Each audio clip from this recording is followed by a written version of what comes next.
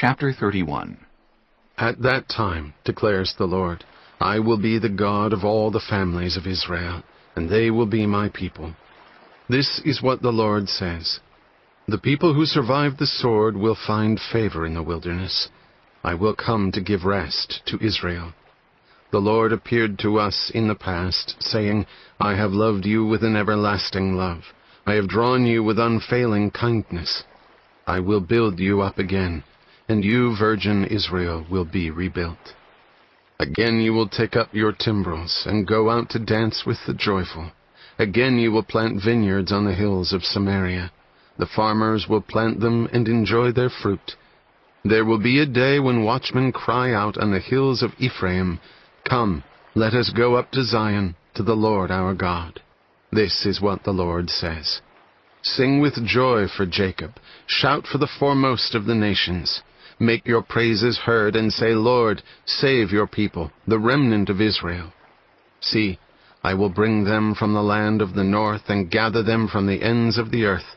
Among them will be the blind and the lame, expectant mothers and women in labor. A great throng will return. They will come with weeping. They will pray as I bring them back.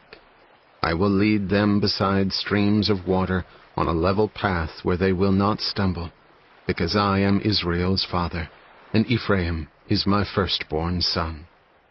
Hear the word of the Lord, you nations. Proclaim it in distant coastlands.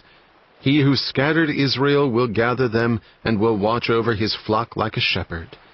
For the Lord will deliver Jacob and redeem them from the hand of those stronger than they. They will come and shout for joy on the heights of Zion. They will rejoice in the bounty of the Lord, the grain, the new wine, and the olive oil, the young of the flocks and herds. They will be like a well-watered garden, and they will sorrow no more. Then young women will dance and be glad, young men and old as well. I will turn their mourning into gladness. I will give them comfort and joy instead of sorrow.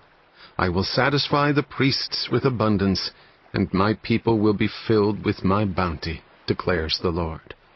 This is what the Lord says. A voice is heard in Ramah, mourning and great weeping, Rachel weeping for her children and refusing to be comforted because they are no more. This is what the Lord says. Restrain your voice from weeping and your eyes from tears, for your work will be rewarded, declares the Lord. They will return from the land of the enemy, so there is hope for your descendants, declares the Lord. Your children will return to their own land. I have surely heard Ephraim's moaning. You disciplined me like an unruly calf, and I have been disciplined. Restore me, and I will return, because you are the Lord my God. After I strayed, I repented. After I came to understand, I beat my breast. I was ashamed and humiliated, because I bore the disgrace of my youth. Is not Ephraim my dear son, the child in whom I delight? Though I often speak against him, I still remember him.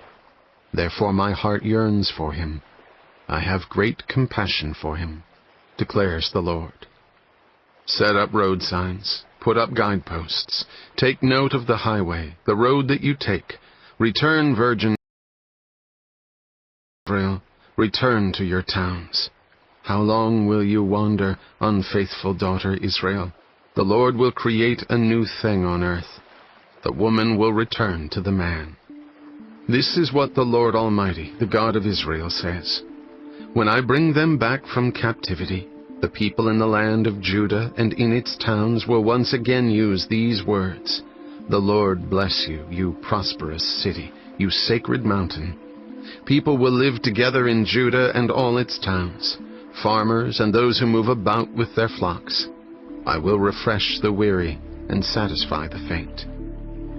At this I awoke and looked around. My sleep had been pleasant to me. The days are coming, declares the Lord, when I will plant the kingdoms of Israel and Judah with the offspring of people and of animals. Just as I watched over them to uproot and tear down and to overthrow, destroy and bring disaster, so I will watch over them to build and to plant, declares the Lord. In those days People will no longer say, "The parents have eaten sour grapes, and the children's teeth are set on edge." Instead, everyone will die for their own sin. Whoever eats sour grapes, their own teeth will be set on edge. The days are coming, declares the Lord, when I will make a new covenant with the people of Israel and with the people of Judah. It will not be like the covenant I made with their ancestors when I took them by the hand to lead them out of Egypt, because they broke my covenant, though I was a husband to them, declares the Lord. This is the covenant I will make with the people of Israel after that time, declares the Lord. I will put my law in their minds and write it on their hearts. I will be their God, and they will be my people. No longer will they teach their neighbor or say to one another, "Know the Lord," because they will all know me, from the least of them to the greatest, declares the Lord. For I will forgive their wickedness and will remember their sins no more. This is what the Lord says, He who appoints the sun to shine by day, who decrees the moon and stars to shine by night, who stirs up the sea so that its waves roar. The Lord Almighty is His name. Only if these decrees vanish from my sight, declares the Lord, will Israel ever cease being a nation before me. This is what the Lord says.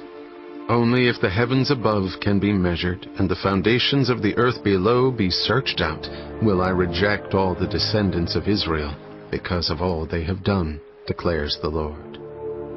The days are coming, declares the Lord, when this city will be rebuilt for me from the tower of Hananel to the corner gate. The measuring line will stretch from there straight to the hill of Gareb, and then turn to Goah. The whole valley where dead bodies and ashes are thrown, and all the terraces out to the Kidron Valley on the east as far as the corner of the horse gate, will be holy to the Lord. The city will never again be uprooted or demolished.